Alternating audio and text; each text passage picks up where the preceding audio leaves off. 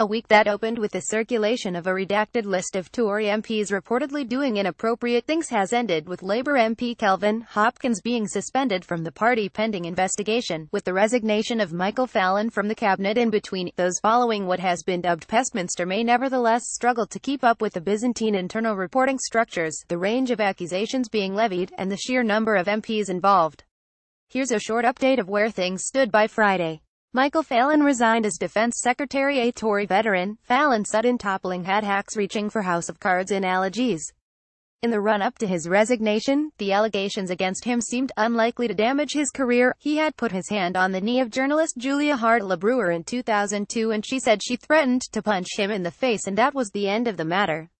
Fallon was forced to resign on the premise that more allegations were coming. They did, and he denied them. But meanwhile, the appointment of Gavin Williamson, the tarantula owner behind Fallon's fall, as his replacement set Westminster a chatter. Fallon did not have many fans, it seems, but neither does Williamson. George Eaton has profiled him here. Both Labour and the Tories are caught up in the scandal. Although the most dramatic political developments have been driven by Tory sleaze revelations, Labour has been dealing with a sexual harassment crisis of its own. Party activist Bex Bailey told The Guardian she was raped by a more senior party member in 2011 and discouraged from reporting it. Even before the week began, Jared O'Mara, the MP for Sheffield Hallam, had been suspended for offensive comments he made online in the mid-2000s. Kelvin Hopkins has now also been suspended, following complaints about his behaviour towards a party activist.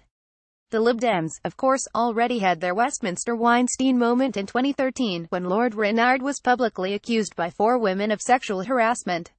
One of them, Alison Goldworthy, wrote in the new Statesman this week about the backlash she faced after she described him shoving his hand in her knickers. Rennard still denies the claims. Meanwhile, the Scottish National Party, the third largest party in the House of Commons, has faced less national media scrutiny but is nevertheless also conducting an internal investigation. Longtime Scottish politics watchers have also been reminded of MP Angus MacNeil's romp with 2 teenagers in 2007 in Shetland. It's very hard to report sexual harassment at Westminster if the corridors of power are paced by sex pests. It is partly because it's so hard to report them. The main victims of sexual harassment appear to be staffers, who tend to be directly employed by their MP, are at the bottom of the Westminster food chain, and rely on contacts and references to move up it.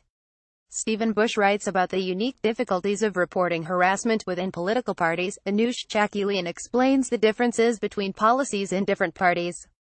Then there is the pull of party loyalty that can encourage victims of abuse to prioritize protecting an MP's reputation above everything else. The Daily Mail helpfully illustrated what could happen if you accuse a powerful politician of being a creep.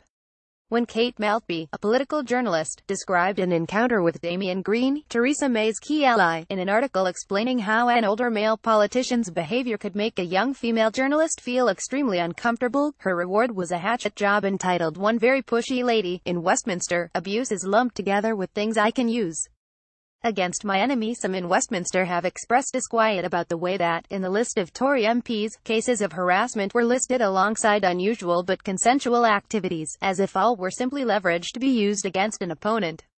One former staffer, Sophie Bolsover, refuted the assertion that MP Rory Stewart had asked her to do odd things, described him as an excellent employer and said her inclusion on the list had caused deep distress and anxiety. It's not over yet. What started with a list has developed into 3 separate mini-dramas. First, there are the ongoing revelations, which are likely to continue, as Scottish Tory leader Ruth Davidson implied when she urged the clearing of the stables. Second, there's May's reshuffle, and the question of whether she can hold on to power.